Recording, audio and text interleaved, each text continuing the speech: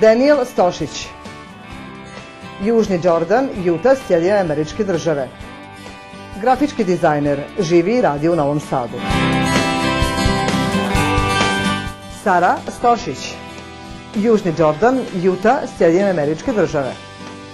Penzioner, živi u Novom Sadu. Howard Stošić, Južni Jordan, Utah, Sjedinjene Američke Države. Penzioner, živi u Novom Sadu. How comes that you come here to Serbia, to Novi Sad? Well, because number one, one of our daughters used to live in Serbia, actually. She lived in Belgrade, and she said, Mom, it's a really nice place to live, really natural food, really friendly people, and so that's one of the reasons. I love my wife. We've been married 39 years, and my dad had a phrase over the kitchen stove, and it says, I am the boss in this house, and I have my wife's permission to say so. Well, that's the kind of mentality that I have. I like to listen to my wife, and she felt like we should come here to Serbia. I actually speak very fluent French, and so it didn't make a lot of sense to come to Serbia, which I don't know much about. I've been practicing for over a year, and now I can barely say hvala, you know.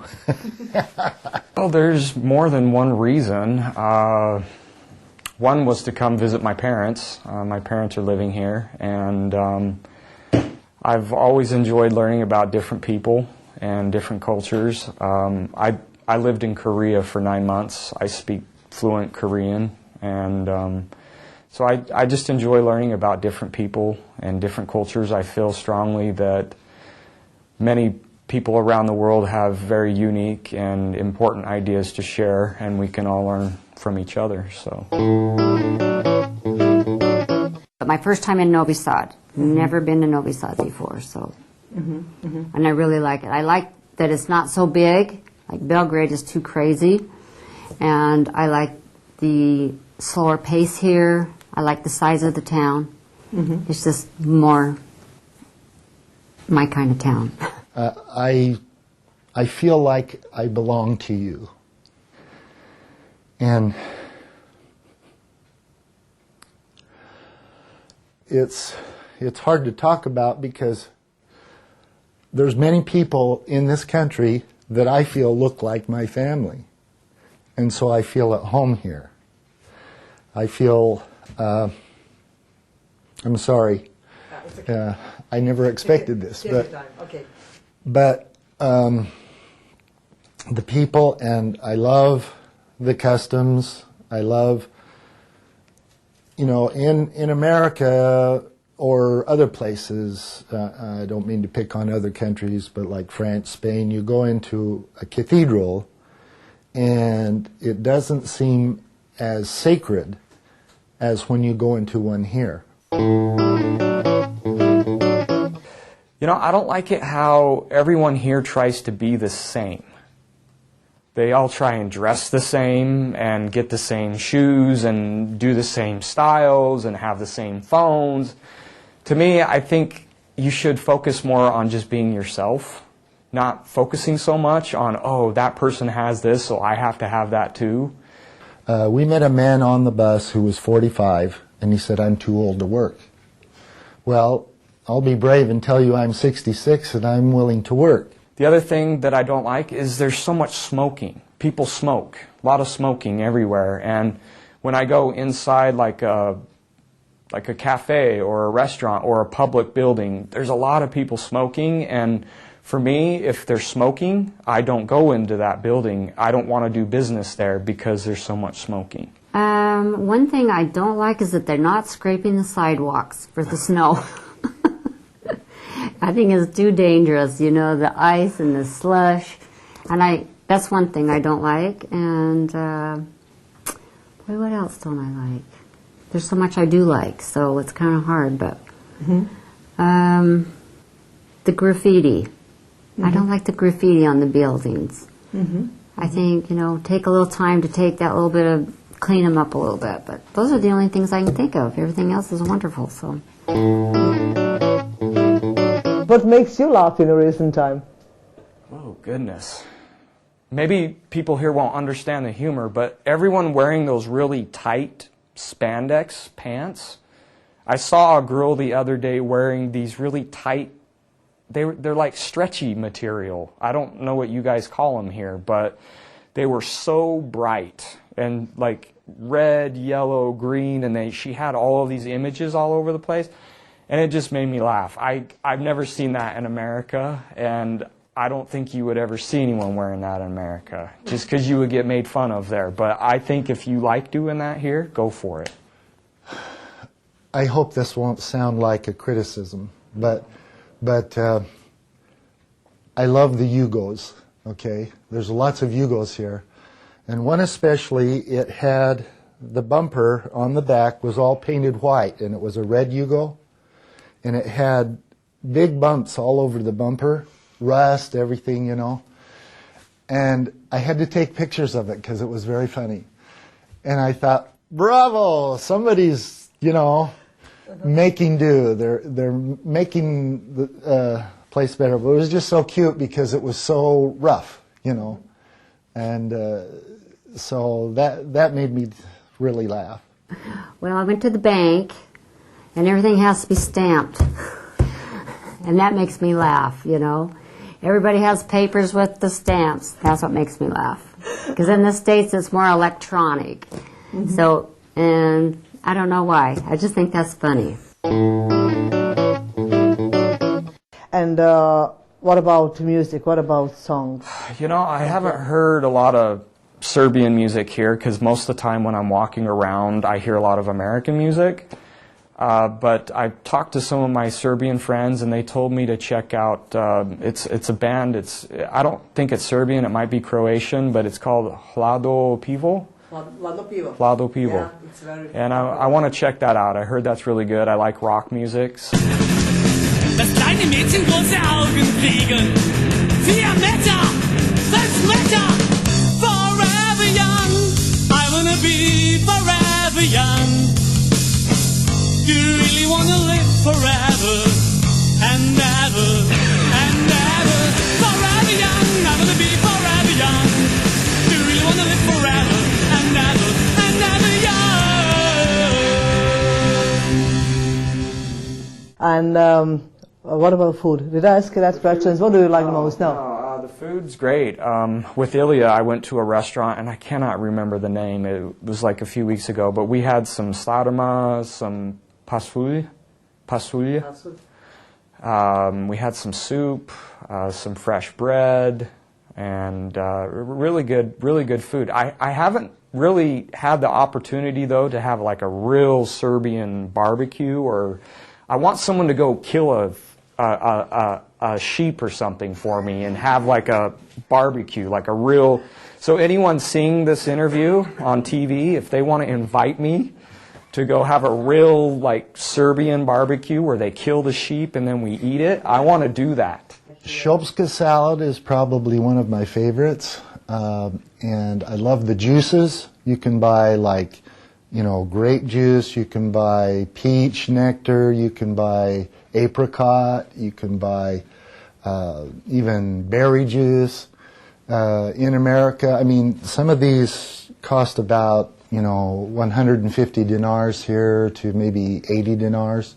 In America, that would cost $5 to $8 for the same quantity, and it wouldn't be as good. It would be frozen concentrate that you take out a can and you add water with it, and it's, you know, it's not the same. I love chabapi. I haven't been out to very many restaurants because I do a lot of cooking here, but I did try some sarma. Is that the correct way to pronounce it? So I really like that, and so a lot of just the fresh breads and fresh milks and yogurts. I like that. At this moment, do you miss your home in America, in Utah? And what do you miss the most? Probably, I do miss it miss our children and our grandchildren especially, but I don't miss the hurried life there. But I really miss good hamburgers. How many children? Yeah. We have 6. Great. And we have 8 grandchildren. So, yeah. Lucky you. Yeah, we feel very blessed. Very great blessing. But, you know, it's a time of our life where my husband and I are retired. And so this is something we've always wanted to do, is to live in Europe. And this is a great place. Something, you know, we've worked hard for 39 years. We've been married 39 years. And something that we want to do. The children are raised, and so it's something fun that we can enjoy. With just 3 words, which words you'll choose? What words? Definitely intelligent. I teach part-time at a private school here in Novi Sad. It's called Lingua Rama.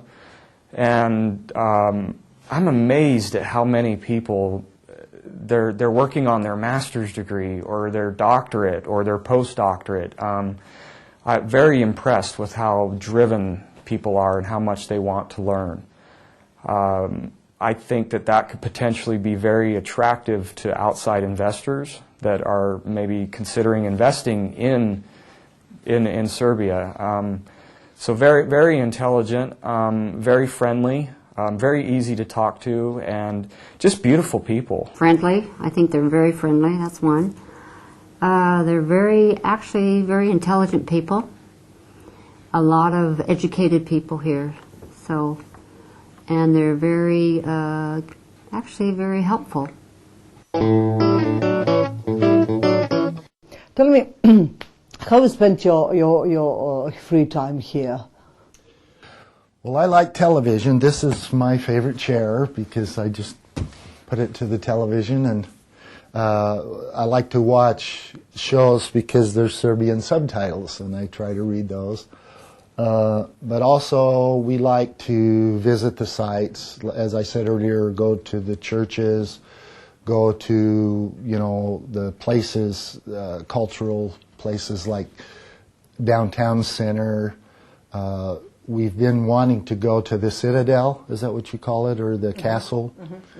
We haven't made it there yet, but we have visited, and we love the country. It's beautiful. You know, it's in where we are from in Utah. You know, there wouldn't be leaves on the trees right now, but there's still leaves on the trees here, and I think it makes it nice because you can see the beauty for a lot longer period of time. Cooking, feeding my family. We go out and we go to town and we look in different shops. Let's see, what else? Shopping sometimes. We're going to go to the movies today, so we just try to keep busy with whatever, you know, let's go do this today. Let's learn. I've been learning the bus line, so I'll hop on a bus and I'll ride it all the way around and figure out where it goes, where the stops are. I have a map that I have little marks on. Just crazy things like that to learn the city. So right now that's what I'm doing. You know, I think it's great that they have a lot of performances, concerts, opera, theater. I think that's fantastic. In the U.S., we really don't have a lot of opera or theater. I mean, we do have some theater, but if you were to say, hey, I'm going to go to the opera, I don't think you would ever be able to do that. People would just kind of laugh at you and be like, you're doing what? You're going to the opera? But it's just not common there. There's some people, but I think that's really interesting. I actually like opera music quite a bit, so... but I like all sorts of music, whether it's hard rock, rap, whatever it is. But I think it's interesting that there's a lot of performances. I like that there's, you know, a lot of tiny cafes and shops that you can go and you can look at, and that's just not common in the United States. You can't just go walk around on the street and go look at little shops or go to cafes. There's really big stores in the United States, and I like the pace of life here. It's simpler, it's easier. Yeah, you're speaking English, but Maybe you know some Serbian word. What is the toughest Serbian word for this time, in this moment for you? I don't speak any Serbian except for the few hvala and dobar dan, and so I don't try very hard like I should. But hleb, the one for bread, that one's funny for me. Get that in my throat. I still can't get down ponedeljak. I don't know if I'm saying it right, but it's hard. You say it correctly. It's correctly. Ponedeljak. Very difficult for me. In the old apartment complex that we used to live in, I used to walk by this place and it would always say knjižara, and I would practice that over and over and over again because it was so hard to say, knjižara. I understand. Please tell me your favorite proverb. Well, one of my favorites is, you can lead a horse to water, but you can't make him drink. And this is something that I think is an ill that we have in the world, where people, you know, try to force other people to do it their way. And really, if you train somebody in the right way, they will probably want to do that. But it doesn't necessarily go that way, that they have to do what you want them to do. This is one that my mother had on our refrigerator in the United States. And this is what it says. I'll let you translate in a minute. It says, keep your words soft and sweet in case they're the ones that you have to eat. That's great. And I think that's so true of what we should do. I like the proverb, to each their own. And what that means is you should be comfortable doing what you like doing. And you shouldn't care what somebody else thinks. And because I think we should respect other people's ideas. As long as we're not hurting anyone, and as long as we're being respectful of other people's ideas, I think people should be encouraged to think the way they want to think and act the way they want to act. And we should have respect for that. We have another saying and it's very common. If you give a man a fish, he'll eat for a day. If you teach him how to fish, he'll eat for a lifetime. And I think we know how to fish. We're not eager to make a lot of money, but we just want to try some things. But the important thing is helping other people to learn how to fish. And some people, you're going through an interesting phase right now in your country, I think, in that in America, you kind of have to do your own thing. You have to make things happen. Whereas in the past, you've kind of been apportioned out things, can I say it that way? Given things for working, and everybody kind of gets their equal cut. But there's a philosophy, and I guess we call it, you know, the democratic way. But you can make your own dreams come true.